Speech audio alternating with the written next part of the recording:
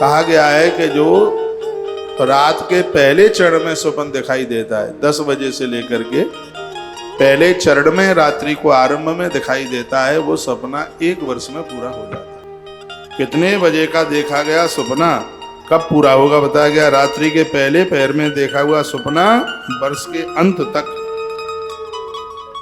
वह अपना फल दे देता है, अच्छा हो या बुरा हो। दूसरे पहर में देखा गया 8 महीने में उसका फल प्राप्त हो जाता है, नतीजे प्राप्त हो जाते हैं दूसरे पहर में। फिर कहा गया कि तीसरे पहर में जो सपना देखा गया है वो 3 महीने में पूरा हो जाता है, और चौथे पहर में सुबह के समय में। इसलिए तो कहते हैं कि सुबह का सोना ठीक नहीं होता। 3 बजे के बाद का जो सपना देखा जाता है चौथे चरण में, वह 15 दिन में पूरा हो जाता है।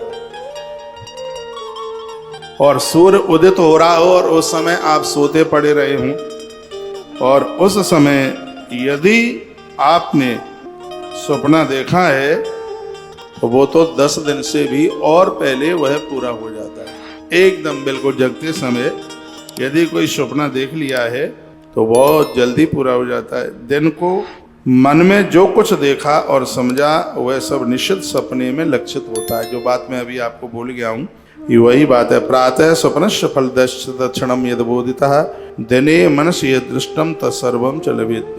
दिन में जो आपने सोचा समझा विचार किया तो वही सपने में उतर के आ जाता है। तो कथा कहती है जब सपना देखने से, अच्छा सपना देखने से गंगा नहाने का फल मिलता है, तो फिर कुछ ऐसा ही कीजिए ना जिससे अच्छा सपना रात को।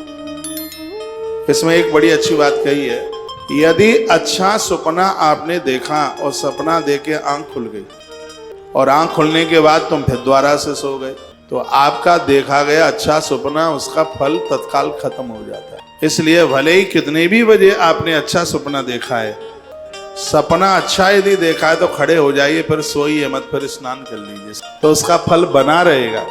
अच्छा सपना आपने देखा और आप फिर सो गए तो समझ लो कि उसका जितना पुण्य प्रभाव है वो सब समाप्त हो जाता है। भगवान श्री कृष्ण कहते हैं कि यदि रात्रि में किसी ने गलत सपना देख लिया है, आंख खुल गई है, तो फिर नहाइए मत, तो फिर क्या करें? फिर दोबारा से सो जाए, दोबारा से सो जाए,